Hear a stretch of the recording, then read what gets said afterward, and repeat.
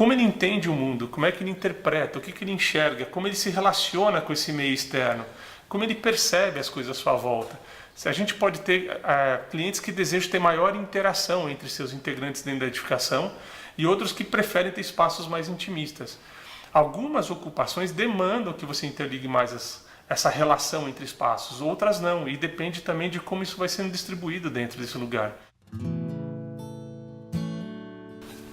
Nós aqui no escritório, quando recebemos uma demanda do cliente, nós levamos em consideração três aspectos para fazer uma primeira análise e depois desenvolver o programa e fazer o desenvolvimento do desenho do projeto.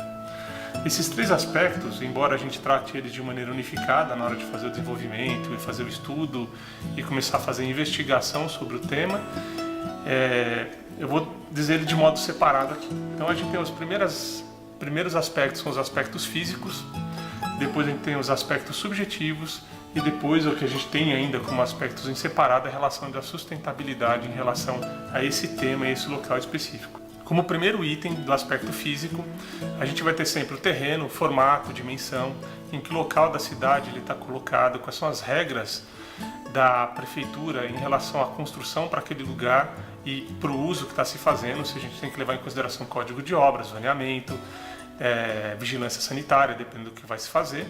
Então o primeiro aspecto são as dimensões.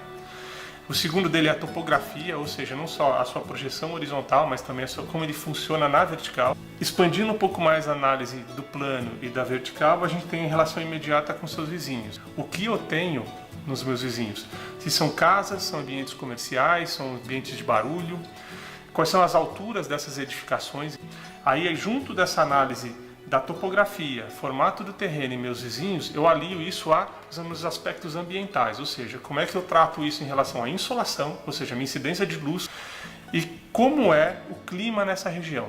As condições de vento nem sempre são as mesmas da que a gente tem na cidade quando a gente está dentro de um lote, porque as construções vizinhas e a topografia, essa relação que ela tem com a rua e o entorno mais imediato, ela tende a modificar esses movimentos.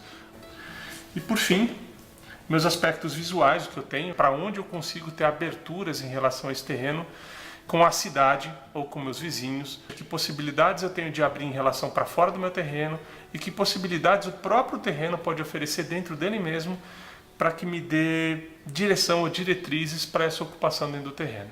Então esses são os aspectos físicos mais básicos que a gente começa a olhar logo de cara. Entre os aspectos subjetivos que a gente tem em relação a isso, eu repito de novo, então, as visuais, porque ela tem a ver com a sensação que a gente tem a se relacionar com o meio externo. Se eu tenho algum aspecto subjetivo dentro do lote para levar em consideração com os meus vizinhos.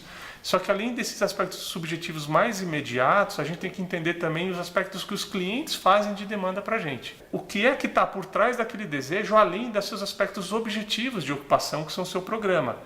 Compreender como é que esse cliente vê o mundo, o que ele deseja dele. Aliás, dessa demanda, por exemplo, uma residência, o que ele quer atrás disso? Como é que ele quer viver nesse lugar? Como é que ele entende o que é viver? Como é que ele percebe o mundo que está em volta dele?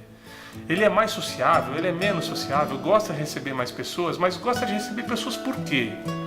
Isso também, se a gente consegue capturar isso em umas conversas, em umas reuniões, numas interações com as pessoas que estão à nossa volta, com o cliente principalmente, a gente consegue responder melhor o que a gente vai fazer como projeto arquitetônico.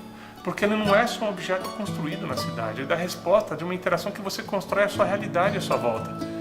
Não é só uma construção, não é só uma edificação. É onde você vai viver, onde você vai trabalhar, onde você vai interagir, tanto com as pessoas à sua volta, quanto com o mundo que está à sua volta. Então a gente desenha esse espaço de interação.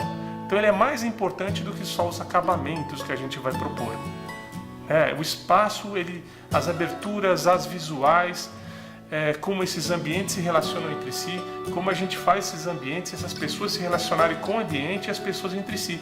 Ou seja, o poder que a gente tem de intervir dentro de um lote ou dentro de uma proposição de arquitetura vai muito além do que trata só um acabamento.